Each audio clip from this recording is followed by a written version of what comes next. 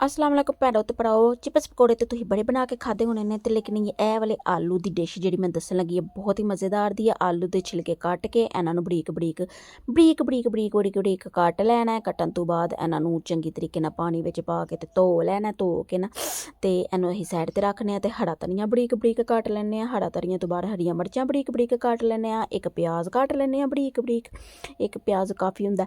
ਤੇ ਉਸ ਤੋਂ ਬਾਅਦ ਜਿਹੜੇ ਅਸੀਂ ਆਲੂ ਕੱਟੇ ਨੇ ਉਹਨਾਂ ਨੂੰ ਅਸੀਂ ਗਰਮ ਪਾਣੀ ਦੇ ਵਿੱਚ 1 ਮਿੰਟ ਤੱਕ ਉਬਾਇਲ ਕਰਨ ਲੱਗੇ ਆ। 1 ਮਿੰਟ ਤੱਕ ਪਾਣੀ ਵਿੱਚ ਗਰਮ ਪਾਣੀ ਵਿੱਚ ਉਬਾਇਲ ਕਰਨਾ। ਸਿਰਕਾ ਵੀ ਵਿੱਚ 1 ਚਮਚ ਪਾ ਲੈਣਾ ਤਾਂ ਕਿ ਬਹੁਤੇ ਗਲ ਕੇ ਇਕੱਠੇ ਨਾ ਜੁੜਨ। ਉਸ ਤੋਂ ਬਾਅਦ ਇਹਨੂੰ ਕੱਢ ਕੇ ਛੰਨਣ ਨਿਚੋੜ ਕੇ ਅੱਛੀ ਤਰੀਕੇ ਨਾਲ ਪਾਣੀ ਕੱਢ ਕੇ ਉਸ ਤੋਂ ਬਾਅਦ ਹਰੀਆਂ ਮਿਰਚਾਂ ਧਨੀया ਤੇ राजमा भी उबले हुए है थे वो भी मैं विच सुट रहे हैं। और फिर अदरक ते लसन दा जिहड़ा ना उन्हां नूं कुट के तेल ते लाल मिर्चां पा के ते गरम तेल जिहड़ा ना विच लुद्धना ते ताकि बुलबियां निकल।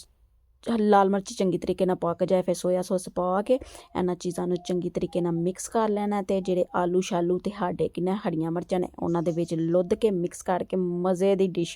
नमक भी हसबे ज़ायका लाजमी पा लेना। मैनूं बाद च याद आया मेरे भैनों भराओ एक बारी इस डिश नूं बना के जरूर चैक करनी है। ओके जी, अल्लाह हाफिज़।